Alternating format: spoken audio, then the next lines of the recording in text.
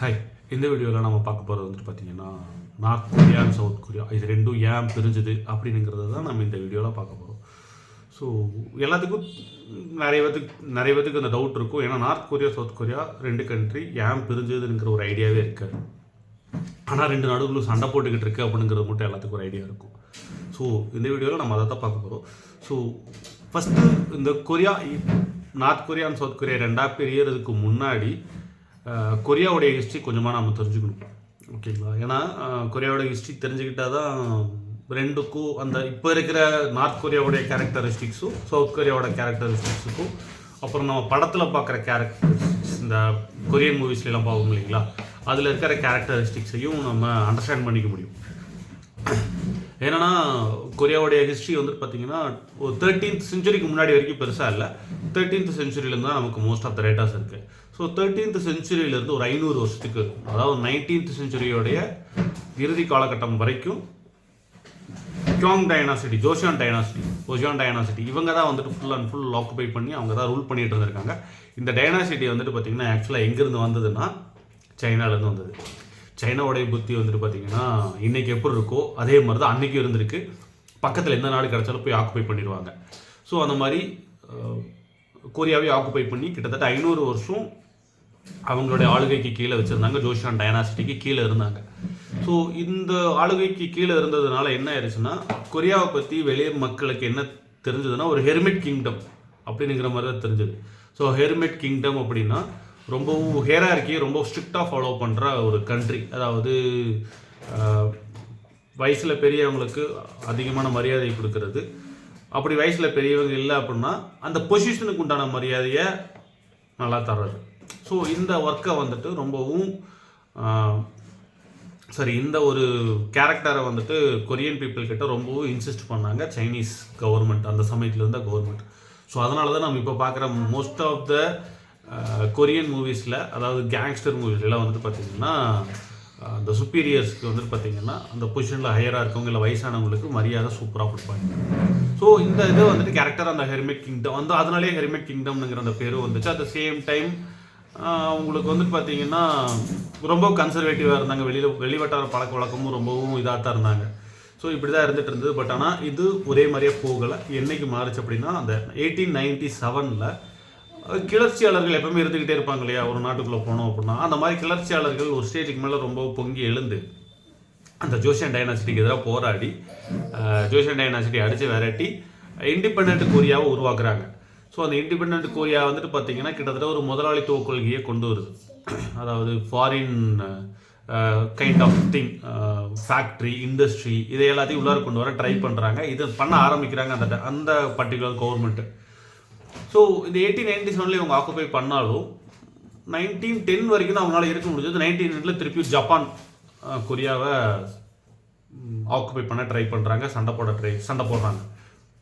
So இவங்க இத்தனை வருஷமாக கிளர்ச்சியாளர்கள் உள்ளுக்குள்ளே ஒரு டைனாசிட்டி பற்றி மட்டும் தான் கவலைப்பட்டுட்டு இருந்தாங்க. வெளியில் யார் பிரச்சனை பண்ணுவாங்கங்கிறது ஐடியா இல்லாமல் இருந்தாங்க. இப்போ புதுசாக ஜப்பான் வந்துட்டு உள்ளார சண்டை போட வந்தோன்னே இவங்களுக்கு என்ன பண்ணுறதுன்னு தெரியல, சரண்டர் ஆயாச்சு. இப்போது ஜப்பான் வந்துட்டு பார்த்தீங்கன்னா கொரியாவை ஃபுல்லாக ஆக்குபை பண்ணுறாங்க. ஸோ ஜப்பானுடைய ஆளுகைக்கு உட்பட்டு கொரியன் கண்ட்ரி இருக்க ஆரம்பிக்குது கிட்டத்தட்ட 35 வருஷம். அடுத்து 35 வருஷத்துக்கு இந்த இடைப்பட்ட காலத்தில் ஜப்பானுடைய ஒரு ஸ்லேவரி கிங்டமாக தான் கொரியான் இருந்துச்சு. ஓகேங்களா? அதாவது 2ஆம் உலகப் போரில் வந்துட்டு ஏதாவது தேவைகள், மனித வளம், அதாவது சோல்ஜர்ஸ்லாம் தேவைப்படுறாங்க. அப்புறம் இண்டஸ்ட்ரீஸுக்கு வேலை செய்கிறதுக்கு லேபர்ஸ் தேவைப்படுறாங்க. இவங்களை எல்லாத்தையுமே எங்கேருந்து அவங்க எடுத்துக்கிட்டாங்கன்னா கொரியாவிலேருந்து எடுத்துக்கிட்டாங்க. ஸோ 2ஆம் தரம் 3ஆம் தர மக்களாக தான் கொரியன்ஸ் அவங்க ட்ரீட் பண்ணிட்டு இருந்தாங்க. சேம் டைம் அங்கேயும் திருப்பி கிளர்ச்சிகள்லாம் ஏற்பட்டுக்கிட்டு இருந்தது. பட் ஆனால் உலகப்போர் சமயத்தில் அது பெரிய லெவலில் எங்கேயும் கொண்டு போக முடியல, அடக்குமுறைகள் அதிகமாக இருந்துச்சு. இந்த சமயத்தில் தான் என்னாச்சு அப்படின்னா 2ஆம் உலகப்போர் முடிவுக்கு வருது. ஜப்பான் மேலே அமெரிக்கா அணுகுண்டு போடுது, ஜப்பான் சரணடையுது. ஸோ 2ஆம் உலகப் போர் ஃபுல்லாக முடிவுக்கு வந்துருச்சு. ஸோ இந்த சமயத்தில் ஜப்பானுக்கு பக்கத்துலேயே இருந்ததுனால கொரியாவை வந்துட்டு யூஎஸ்ஏ போய் டக்குன்னு ஆக்குபை பண்ண ட்ரை பண்ணுறாங்க. அதே சமயத்தில் கொரியாவுக்கு இந்த பக்கம் பார்டரில் யார் இருக்காங்கன்னா ஒன்று சைனா, இன்னொன்று வந்துட்டு பார்த்திங்கன்னா ரஷ்யா. ஸோ 2ஆம் உலகப் போரில் முக்கிய பங்கு யாருக்குன்னு பார்த்தீங்கன்னா யூஎஸ்ஏக்கு எந்த அளவுக்கு இருக்கோ அதுக்கு ஈக்குவலான பங்கு ரஷ்யாவுக்கு இருக்குது. ஸோ ரஷ்யாவை வந்துட்டு பார்த்திங்கன்னா கொரியாவை ஆக்குபை பண்ண ட்ரை பண்ணுறாங்க. உடனே இவங்க ரெண்டு பேரும் ஏன் ஆக்குபை பண்ண ட்ரை பண்ணுறாங்கங்கிறதே பார்த்தீங்கன்னா கேலிக்கூத்தான விஷயம். ஒருத்தங்க வந்துட்டு கம்யூனிச கொள்கை, ரஷ்யன்ஸ் வந்துட்டு கம்யூனிச கொள்கை, அமெரிக்கன்ஸ் வந்துட்டு பார்த்திங்கன்னா முதலாளித்துவ கொள்கை, கேபிட்டலிசம். ஸோ இவங்க என்ன பண்ணுறாங்கன்னா கொரியா வந்துட்டு கேபிட்டலிசம் தான் ஃபாலோ பண்ணணும், அவங்க என்ன சொல்கிறாங்கன்னா ரஷ்யன்ஸ் இல்லை கம்யூனிஸ்ட்டை தான் ஃபாலோ பண்ணணும். ஸோ அந்த சமயத்தில் கவர்மெண்ட்டும் சரி, அந்த சமயத்தில் வந்துட்டு பார்த்திங்கன்னா அமெரிக்கா கம்யூனிஸ்ட்டுக்கு எதிராக ரொம்ப தீவிரமாக போராடிக்கிட்டு இருந்தது.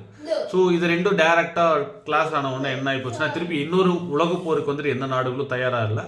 அட் த சேம் டைம் அமெரிக்காவும் தயாராக இல்லை, ரஷ்யாவும் தயாராக இல்லை. ஸோ ரெண்டு பேரும் என்ன பண்ணுறாங்கன்னா ஒரு உடன்படிக்கைக்கு வர்றாங்க.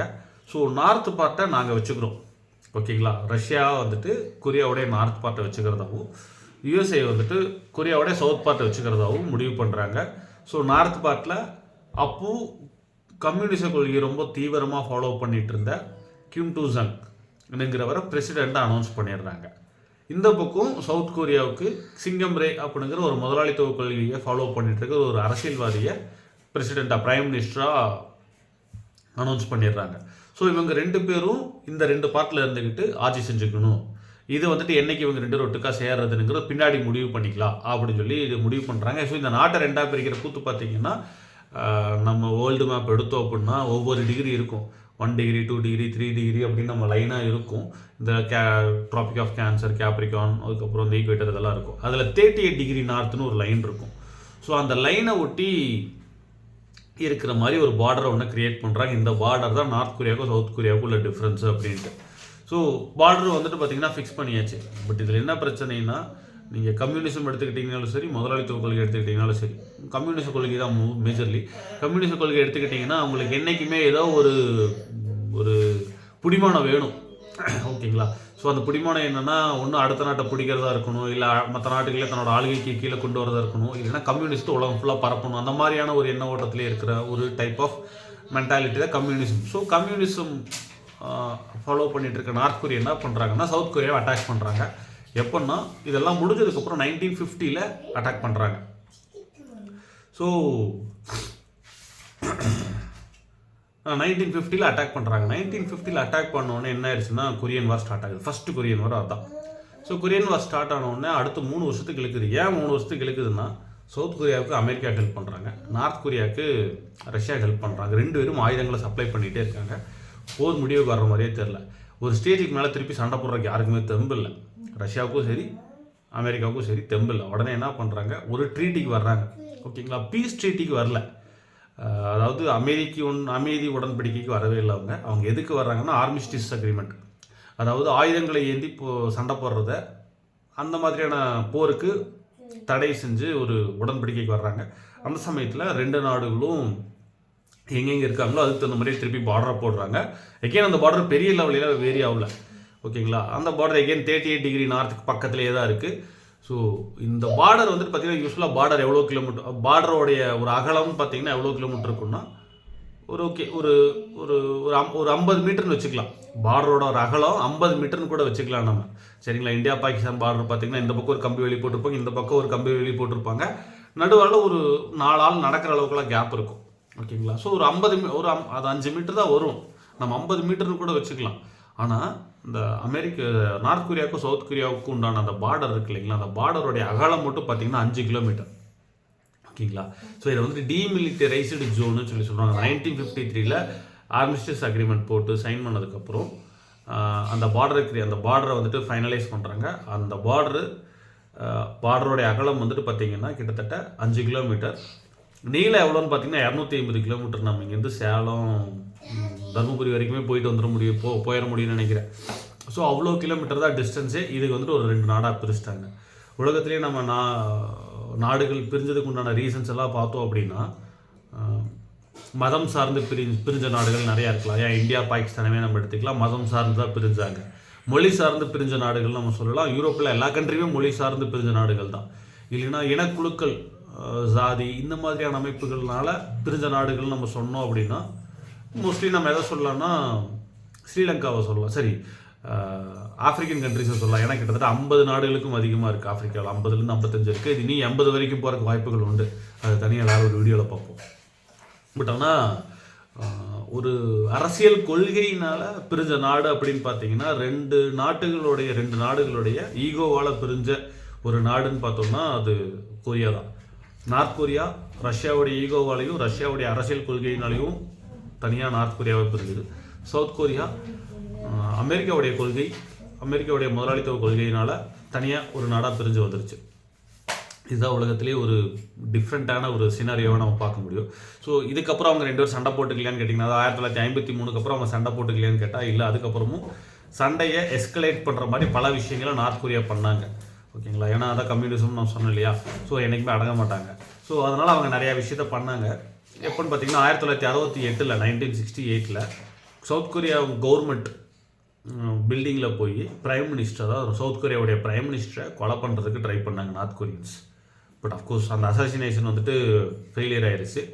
அப்புறம் 1987 சவுத் கொரியன் ஏரோப்ளைனுக்கு பாம்பு வச்சாங்க.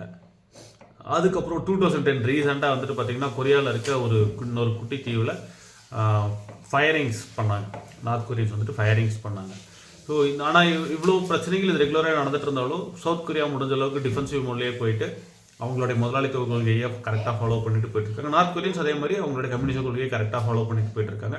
ஏன்னா இன்றைக்கு வரைக்கும் நமக்கு நார்த் கொரியாவில் என்ன நடக்குதுங்கிறது தெரியாது. ஈவன் கோவிட் டைமில் நார்த் கொரியாவில் எத்தனை பேர் செத்தாங்கங்கிறதுக்கு உண்டான அஃபிஷியல் டேட்டாவே நம்ம கையில் எதுவுமே கிடையாது.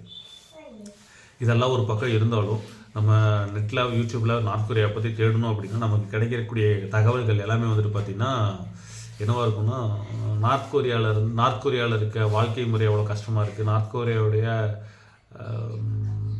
கவர்மெண்ட் ரூல்ஸ் அண்ட் ரெகுலேஷன்ஸ், முடிவெட்டுறதுக்கு இப்படி இந்த மாதிரி தான் முடிவெட்டணும், அரசு பிரைம் மினிஸ்டர் பிரசிடென்ட் யாராவது செத்து போயிட்டாங்க எத்தனை நாளைக்கு அழுகணும், ஒருத்தர் தப்பு செஞ்சுட்டாங்கன்னா அந்த குடும்பத்தில் அவங்க குடும்பத்தில் யாராருக்குலாம் எவ்வளோ நாட்கள் தண்டனை கண்டினியூஸாக இருக்கும், பரம்பரை தண்டனைன்னு சொல்கிறது அதெல்லாம் இருக்குது. அங்கேருந்து தப்பிச்சு சைனாவுக்கோ இல்லை சவுத் கொரியாவுக்கோ போயிட்டு அவங்க மாட்டிட்டாங்க அப்படின்னா அவங்களுக்கு எந்த மாதிரியான தண்டனைகள், இது எல்லாமே வந்துட்டு பார்த்திங்கன்னா நார்த் கொரியன்ஸை பற்றி நம்ம நெட்டில் நிறையா பார்க்க முடியும். அட் த சேம் டைம் நம்ம சவுத் கொரியா வந்தோம் அப்படின்னா சொல்லவே வேண்டியதில் பிடிஎஸ் பற்றி தெரியாத ஆளுகளே கிடையாது. அதுக்கப்புறம் வந்துட்டு பார்த்திங்கன்னா சவுத் கொரியா வர்ற mafia movies, love stories, love movies, அப்புறம் சீரியல்ஸு இதெல்லாம் செம்ம famous. And apart from that இவங்களுக்கு அந்த மூஞ்சி 2 பேர்த்தோட மூஞ்சிலே பெரிய வித்தியாசமே கிடையாதுனாலும் நார்த் கொரியாவிலேருந்து வருஷம் சவுத் கொரியாவுக்கு தப்பிச்சு வரவங்களுடைய எண்ணிக்கை எப்போவுமே அதிகமாகிக்கிட்டே தான் இருக்குது. அவங்க மாற்றவங்களுடைய எண்ணிக்கையும் அதிகமாகிக்கிட்டே தான் இருக்குதுங்கிறதா உண்மை. ஸோ நமக்கு நார்த் கொரியாவில் எவ்வளோ பிரச்சனைகள் இருக்குதுங்கிறது தெரியும், சவுத் கொரியாவில் என்னென்ன மாதிரியான கல்ச்சுரல்ஸ் இருக்குதுங்கிறது நமக்கு ஒரு ஐடியா இருக்கும். ஆனால் இந்த 2 கண்ட்ரி ஏன் பிரிஞ்சதுங்கிறது பல பேர்த்துக்கு தெரியாது. அது நம்ம தெரிஞ்சுக்க வேண்டிய ஒன்று. ஏன்னா மற்ற நாடுகளுடைய ஈகோ அரசியல் கொள்கையினால் பிரிஞ்ச ஒரு நாடு தான் கொரியா. ஸோ வீடியோ ஃபுல்லாக பார்த்துருந்தீங்கன்னா ரொம்ப நன்றி. பாய் பாய், தேங்க்யூ.